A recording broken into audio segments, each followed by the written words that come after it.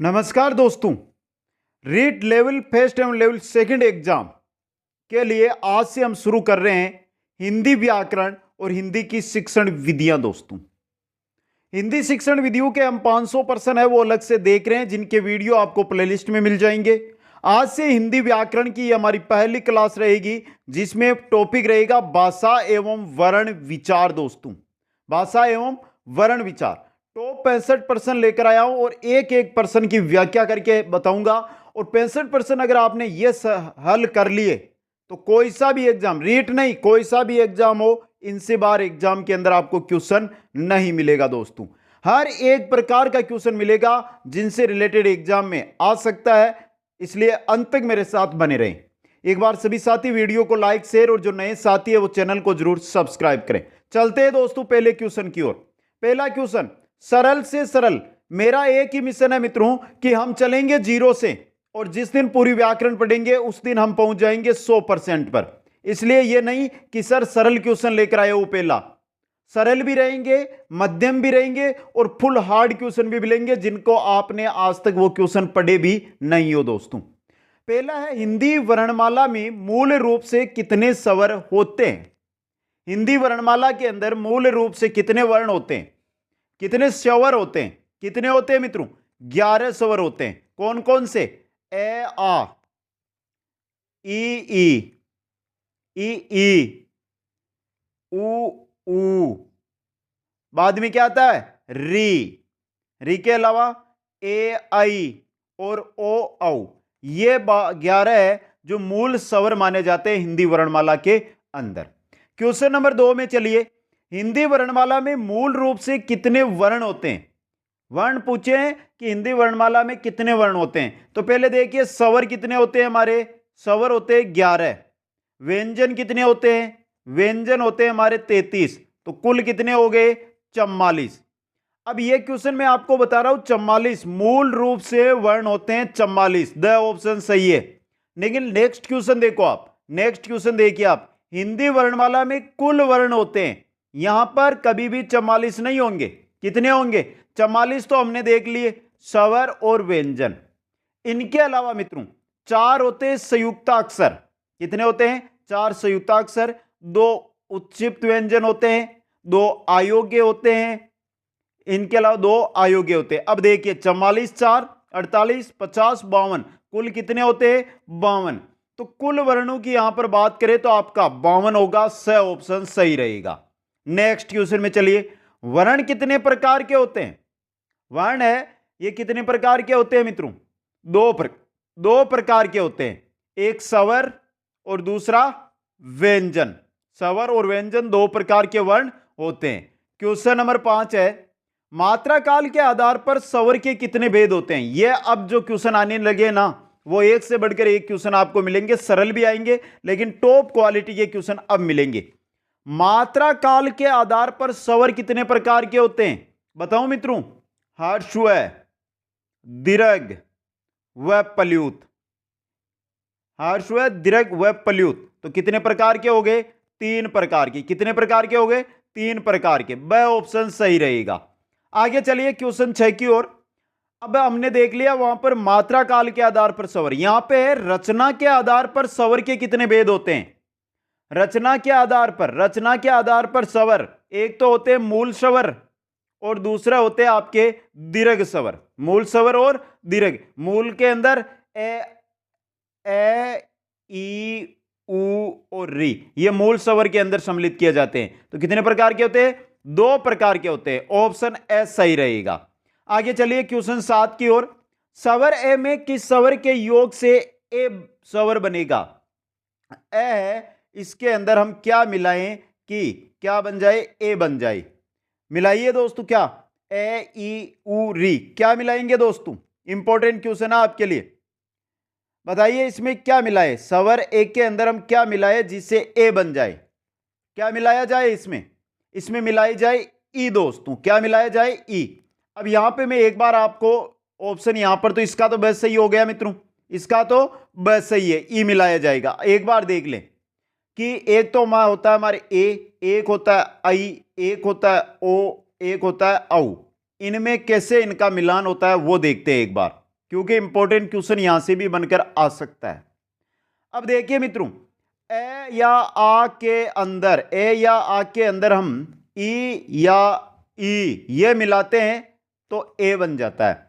अब देखिए, अगर ए या आ के अंदर हम ए या आई मिलाते हैं या मिलान करते हैं इनका तो आई बन जाता है। यहां पे देखिए ए या आई। अब ओ की बात करें तो ए या आ के अंदर हम क्या मिलाएं, ऊ या ऊ, तो ओ बन जाएगा।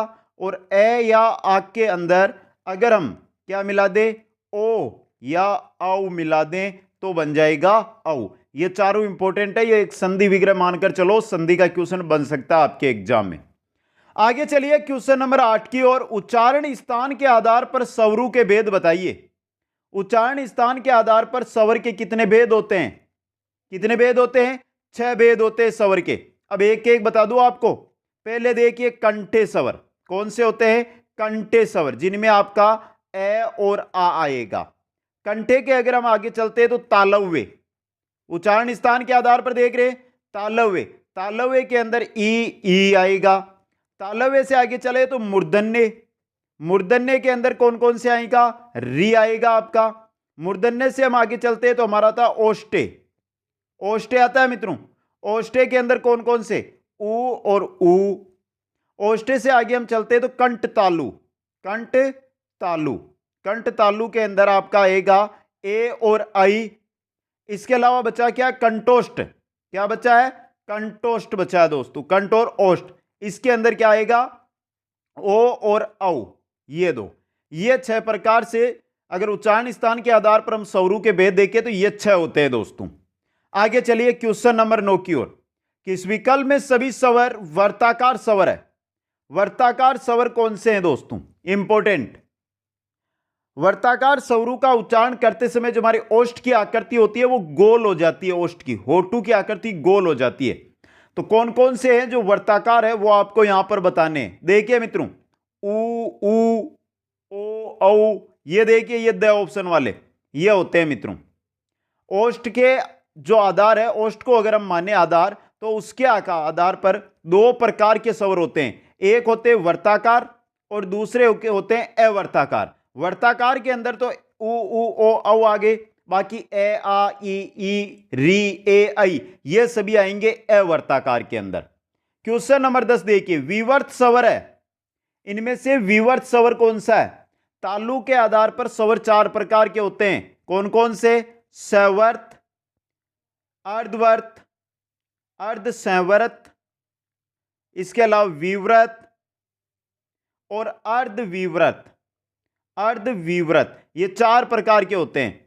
अब यहां पे आपको पूछा है विवर्त स्वर कौन सा है, तो देखिए मित्रों संवर्त के अंदर तो आपका आएगा ई, ऊ। अर्धसंवर्त के अंदर ए और ओ आएगा। विवर्त के अंदर आपका आ आएगा अकेला ही, और अर्ध विवर्त के अंदर ए, आई और औ ये आएंगे दोस्तों। तो अब यहां पे देखिए विवर्त कौन सा है? आपका आ है, ब ऑप्शन सही रहेगा।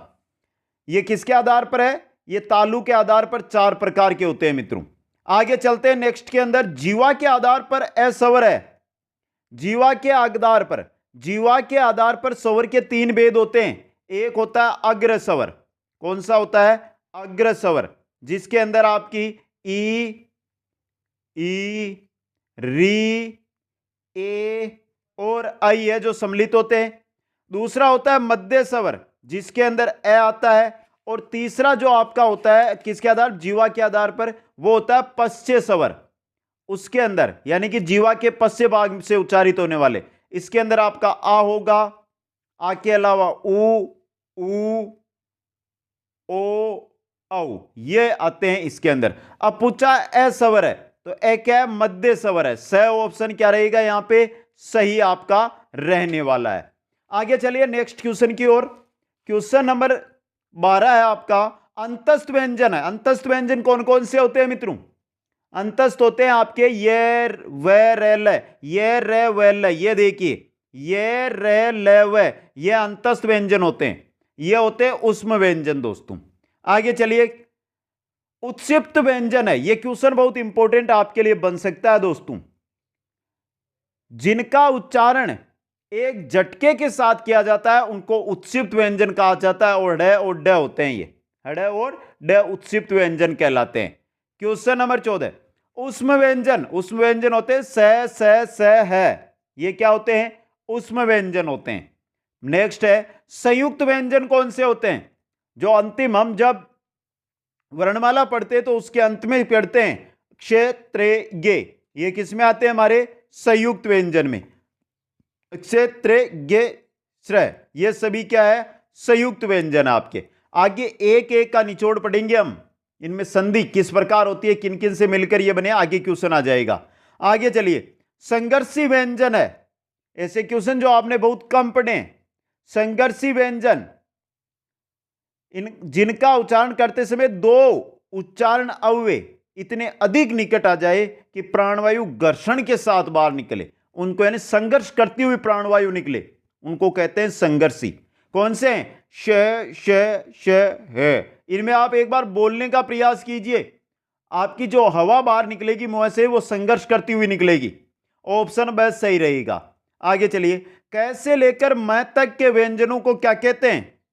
कैसे लेकर जो मैं तक के व्यंजन होते हैं ये स्पर्शी व्यंजन कहलाते हैं। क्या कहलाते हैं? स्पर्शी व्यंजन दोस्तों। आगे चलिए, नेक्स्ट आता है आपका 18 नंबर, उच्चारण के आधार पर लय व्यंजन है। उच्चारण के आधार पर लय व्यंजन, उच्चारण के आधार पर लय है जो आपका पार्श्विक व्यंजन होता है। क्या होता है? पार्श्विक, पार्श्विक होता है, पार्श्विक नहीं, पार्श्विक, पार्श्विक नहीं, पार्श्विक व्यंजन होता है दोस्तों। क्यों होता है?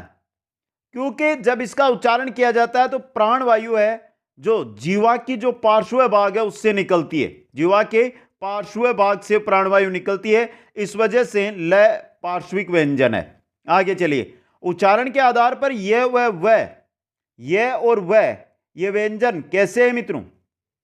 यह आपके अर्ध स्वर है। क्या है? अर्ध स्वर।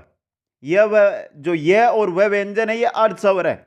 यह और वह जो स्वर वह व्यंजनों के मध्य स्थित होते हैं, इस वजह से दोस्तों इनको अर्ध स्वर कहा जाता है। ऑप्शन द यहां पे सही रहेगा। नेक्स्ट है, उच्चारण के आधार पर र व्यंजन है। र क्या है दोस्तों? र आपका है लुंठित। अब क्यों है लुंठित ये बताइए मित्रों? र का उच्चारण करते समय हमारी जो जीवा होती है वो क्या हो जाती है? गोल हो जाती है, इस वजह से र होता है लुंठित। ऑप्शन एस सही रहेगा। क्वेश्चन 21 है, उच्चारण के आधार पर व्यंजनों के कितने भेद है?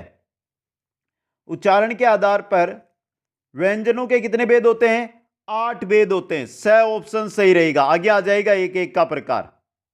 आगे चलिए, क्वेश्चन नंबर 22 में गे वर्ण का सही वर्ण विन्यास है।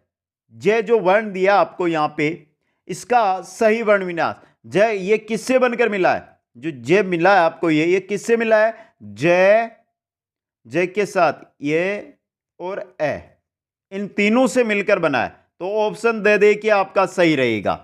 क्वेश्चन नंबर 23 है, क्षय वर्ण का सही वर्ण विन्यास। क्षय जो ये संयुक्त वर्ण है ना हमारे, अब जो क्षय है ये किस किस से मिलकर बना हुआ है? ये मिलकर बना हुआ आपका क के साथ श और ऐसे, किससे? ऐसे क श ए। अब देखिए यहां पे आपका ऑप्शन कौन सा सही रहेगा? स ऑप्शन है जो सही रहेगा।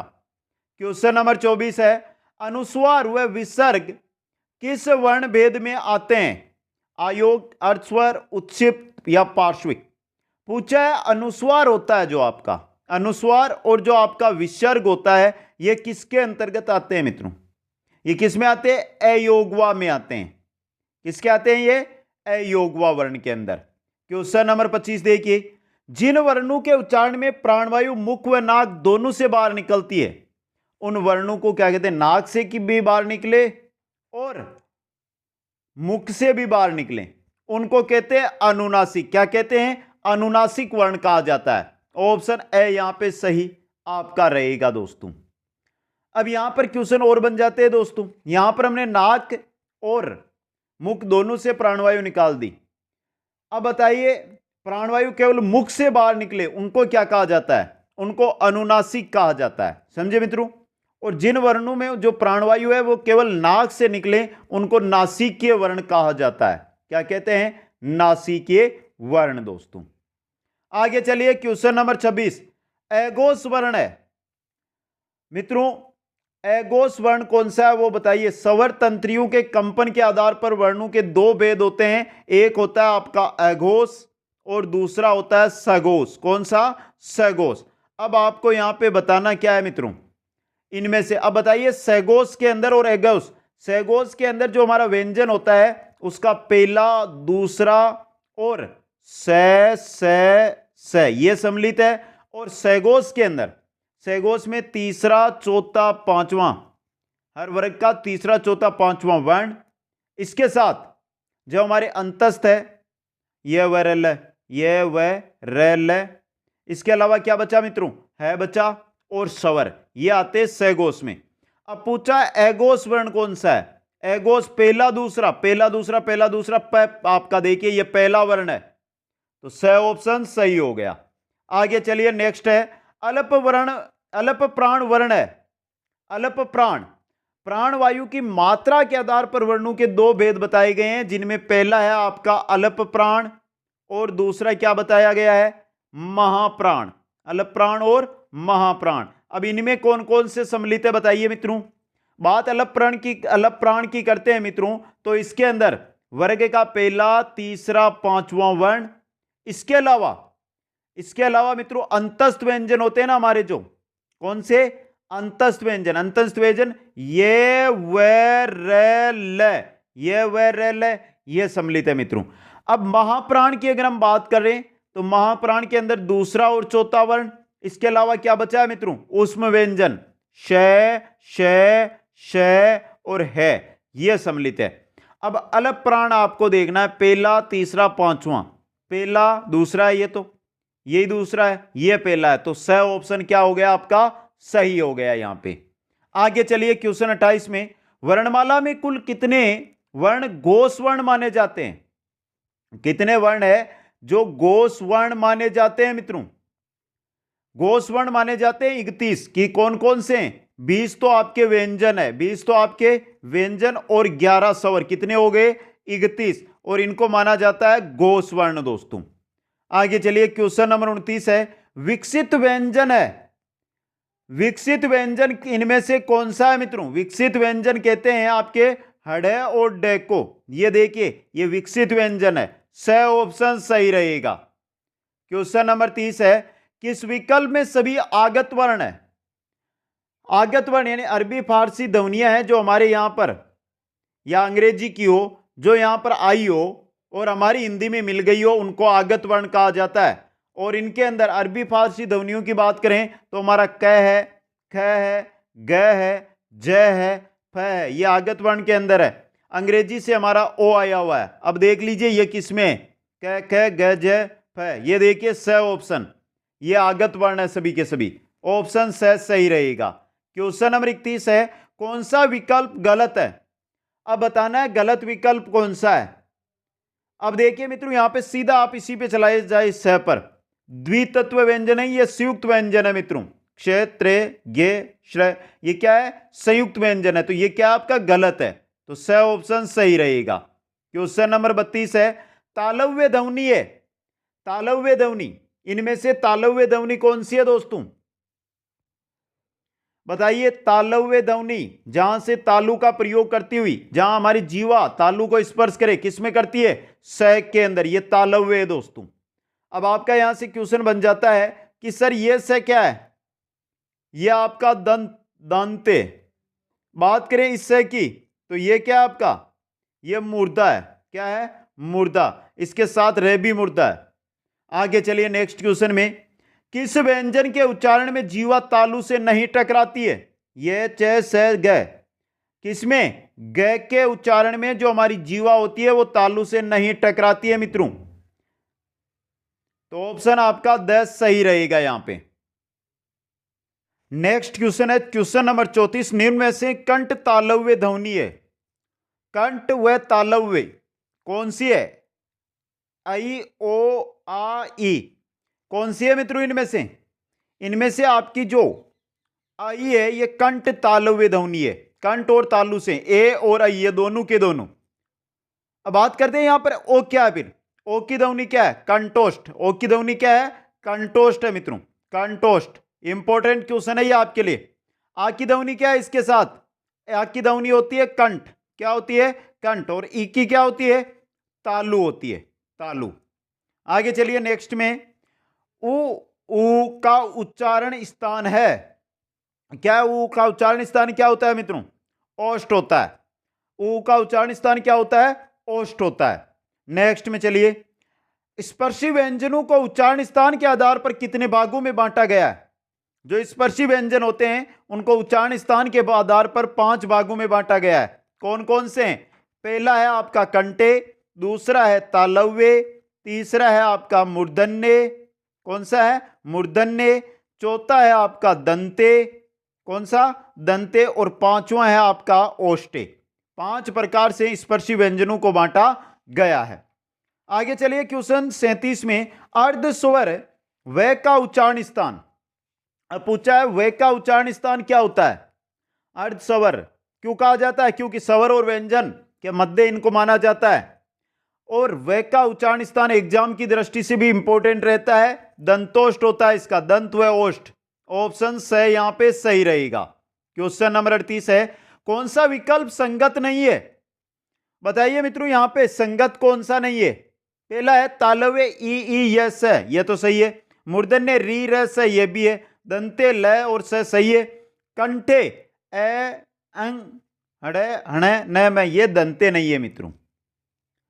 इनका उच्चारण स्थान क्या है तो मित्रों, फिर ये दंते नहीं है, इनका उच्चारण स्थान नासिका है। क्या है, नासिका, नासिका है। ऑप्शन 10 सही रहेगा। क्वेश्चन नंबर 39, निम्न में से महाप्राण वर्ण कौन से हैं। महाप्राण वर्ण, देखिए मित्रों, महाप्राण के अंदर दूसरा और चौथा वर्ण सम्मिलित किया जाता है। अब दूसरा और चौथा किसमें, पहले में ही है आपके, ऑप्शन एस सही रहेगा। नेक्स्ट है, निम्नलिखित में से तालव्य व्यंजन है, तालव्य व्यंजन बताना है आपको यहां पर, कौन सा, पहला देखिए च छ ज ज, छ तालव्य में आता है तो सही है, ये तालव्य व्यंजन है। ऑप्शन एस सही रहेगा, उच्चारण स्थान तालु। नेक्स्ट है, ए वर्ण का सही वर्गीकरण है दोस्तों, ए वर्ण है, इसका सही वर्गीकरण आपको यहां पर बताना है। सबसे पहले हर्षव होता है, सही बात है ये आपकी। फिर आया है निरनुनासिक या अनुनासिक, निरनुनासिक है, हर्षव है, निरनुनासिक है। मध्य वर्ण है मित्रों, मध्य स्वर है ये। अवर्ताकार है, ये है अर्धविवर्त है, और कंठे, ये आपका ऑप्शन ए सही हो गया। क्वेश्चन नंबर 42 है, जिन स्वरों के उच्चारण में मुख न के बराबर खुलता है वह स्वर क्या कहलाते हैं।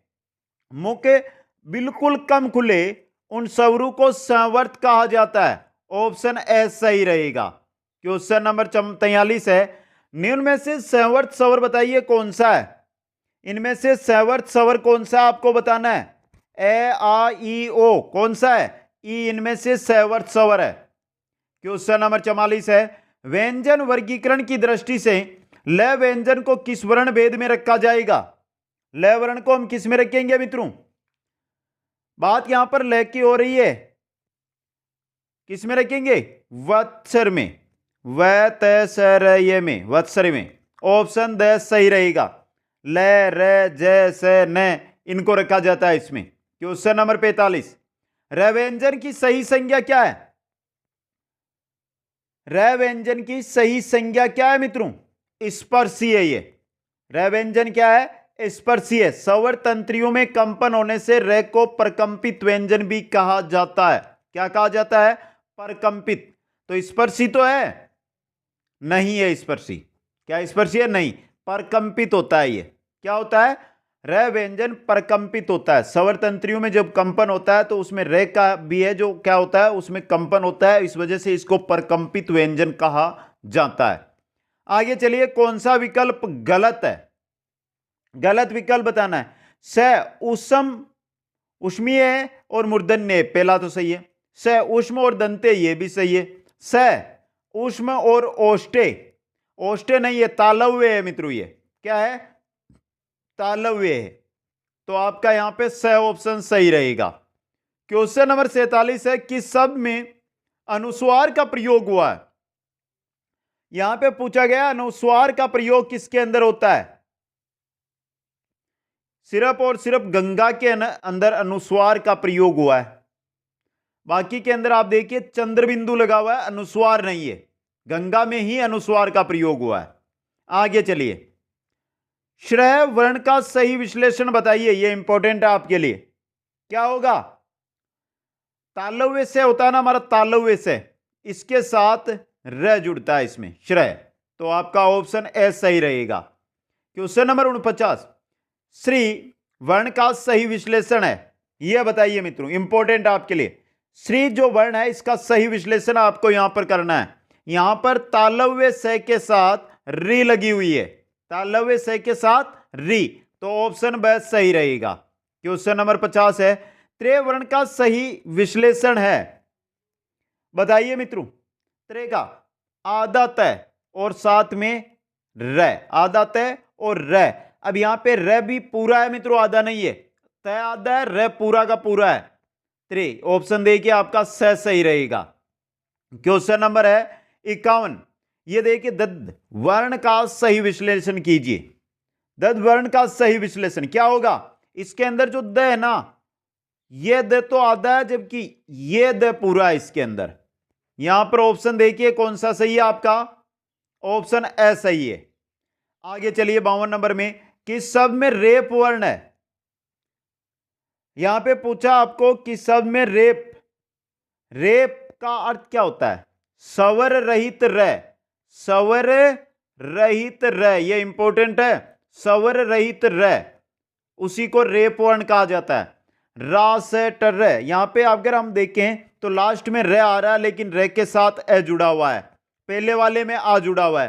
प्रेम प, रे के साथ क्या जुड़ा हुआ है? ए जुड़ा हुआ है। बा रहते, यहां पे रे के साथ क्या जुड़ा हुआ है? ए जुड़ा हुआ है। आगे देखिए करम, क, यहां पर देखिए क के अंदर आ गया ए, क में ए, फिर रे का रे, और मैं के अंदर क्या जुड़ा हुआ है? ए जुड़ा हुआ है। अब स्वर रहित र आपको कहां पर दिखाई दे रहा है?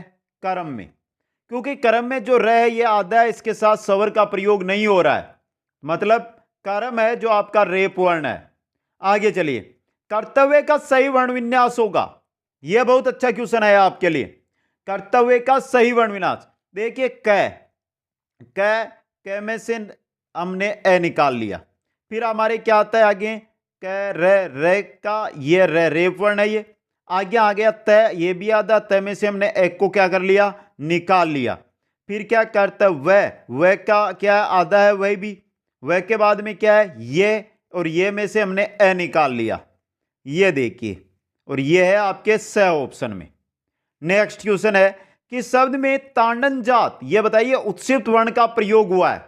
उत्सित वर्ण कौन सा है? उत्सित वर्ण अड़े और डे होते हैं, दो होते हैं, अड़े और डे। तो यहां पे पूछा उत्सित व्यंजन का किस में होता है। अब देखिए यहां पे किस में प्रयोग हुआ है आपको बताना है। यहां पर ये देखिए, ये बिंदु पीछे लगा हुआ है, ये गलत होगा, नीचे आएगा बिंदु इस प्रकार। अढ़ाई यहां पे देखिए ये लगा हुआ, ढ लगा हुआ है यहां पे डाम के अंदर, तो द ऑप्शन सही रहेगा। क्वेश्चन नंबर 55 है, यदि नीचे का ओठ पूरी तरह काट दिया जाए तो किस ध्वनि के उच्चारण में कठिनाई होगी? बताइए मित्रों। प ल ख आ। अब बताइए होठ, वो जो ओष्ठ है आपके, होठ है, इनका आप प्रयोग किस में कर रहे हैं? पहला प, दोनों ओष्ठ है जो अड़ते हैं, चिपकते हैं, फिर निकलता है, तो ऑप्शन ए सही रहेगा। आगे चलिए, कौन सा वर्ण गोस नहीं है? गोस वर्ण कौन सा नहीं है? इनमें से कौन सा वर्ण है जो गोस नहीं है? बताइए मित्रों। गोस यहां पर आपका छ नहीं है, ये गोस व्यंजन या गोस वर्ण नहीं है। ए न त ये गोस वर्ण होते हैं। 57 नंबर, निम्नलिखित में से किस वर्ण के उच्चारण में जीवा दांतों को स्पर्श करती है? जीवा है जो दांतों को स्पर्श करती है, यानी कि दंतें, कौन सा है इनमें से? क च त प, त का उच्चारण कीजिए, दांतों को स्पर्श करेगी आपकी जीवा, स ऑप्शन सही रहेगा। ओम किस तरह का स्वर है? देखिए मित्रों, ओम, पहले ओ, ये भी एक मात्रा, फिर यहां पर ये बीच के अंदर ये भी एक मात्रा और फिर ये मैं, यहां पे मात्रा ही मात्रा। मतलब क्या है ओम? ओम एक प्लयूत है। ओम में प्लयूत स्वर यानी 3 मात्राओं का प्रयोग हो रहा है। ऑप्शन ए सही रहेगा। क्वेश्चन नंबर 59 है कि इस विकल्प में अयोगवाह वर्ण नहीं है। अयोगवाह वर्ण ट्रे। अब देखिए यहां पे जो आपका ट्रे ना, ये यहां पर ये रेप वर्ण है, बिना स्वर का र है, यहां पे रेप वर्ण है ये, तो द ऑप्शन सही रहेगा। क्वेश्चन नंबर 60 है स्वरों को संवर्त, विवर्त, अर्धविवर्त व अर्ध संवर्त में विभाजित करने का आधार क्या है मित्रों? क्या आधार है जिनके आधार पर इनको विभाजित किया जाता है? मुखाकृति के आधार पर। ऑप्शन ए सही रहेगा। क्वेश्चन नंबर 61 है जय व्यंजन के लिए उपयुक्त विकल्प कौन सा है? जय के लिए आपको उपयुक्त विकल्प बताना है। जय सबसे पहले सैगोस है, तीनों में सैगोस दिया हुआ है। उसके अलावा हम आगे चलें तो अल्प प्राण है सैगोस, तो इसमें और इसमें दो में ही है, इन दो में ही है अल्प प्राण। आगे हम बात करें कंठे या तालव्य, तालव्य और स्पर्श संघर्षीय, तो यह आपका देखिए स ऑप्शन सही रहेगा। 62 नंबर क्वेश्चन है स्वर तंत्रियों के कंपन के आधार पर व्यंजनों के भेद है, कौन कौन से? अल्प प्राण, महाप्राण, एगोस, सैगोस, संवर्त, विवर्त या स्पर्श, स्पर्श संघर्षी। स्वर तंत्रियों के कंपन के आधार पर गोस और एगोस और सैगोस होता है। ऑप्शन बी सही रहेगा। क्वेश्चन नंबर 63 है वर्ण किसे कहते हैं? वर्ण किसको कहा जाता है? किसी भाषा के लघुतम सार्थक ध्वनियों को वर्ण कहा जाता है। ऑप्शन द सही रहेगा। क्वेश्चन नंबर 64 है कौन सा विकल्प गलत है? ग महाप्राण सैगोस ध्वनि है, पहला तो सही है। च अल्प प्राण एगोस ध्वनि है, यह भी सही है। ख महाप्राण एगोस ध्वनि है, यह भी सही है। अब है ब महाप्राण सैगोस ध्वनि है, यह गलत है आपका। द ऑप्शन यहां पे सही रहेगा। ब जो क्या आपका सैगोस होता है, एगोस ने सैगोस से तो है, लेकिन महाप्राण की जगह अल्प प्राण है, ये क्या है? अल्प प्राण। आगे चलिए और अंतिम क्वेश्चन, निम्न में से महाप्राण वर्ण बताना है आपको। इनमें से महाप्राण वर्ण कौन सा है? त, थ, ड, ढ, द, त, प, न, म। इनमें से थ और द, ये पहला वाला ही क्या है? महाप्राण वर्ण है दोस्तों। ऑप्शन ए सही रहेगा। मित्रों ये क्वेश्चन लेकर आया हूं ना, राजस्थान की कोई सी भी भर्ती या इंडिया की कोई सी भी भर्ती, कितनी भी बड़ी भर्ती हो आप उठा लेना, इनसे बाहर या इनसे रिलेटेड ही क्वेश्चन आपको एग्जाम में मिलेगा। वैसे मैं एक एक क्वेश्चन कराऊंगा तो भाषा एवं वर्ण विचार के कम से कम 700 से 800 क्वेश्चन बनेंगे। टॉप क्वेश्चन इस प्रकार के ही होते हैं जो 65 क्वेश्चन मैंने आपके सामने रखे हैं यहां पे। अगर मित्रों ये क्लास पसंद आई है तो विश्वास के साथ इतना कहता हूं कि संपूर्ण हिंदी व्याकरण इसी प्रकार क्वेश्चन आंसरों में करवाऊंगा।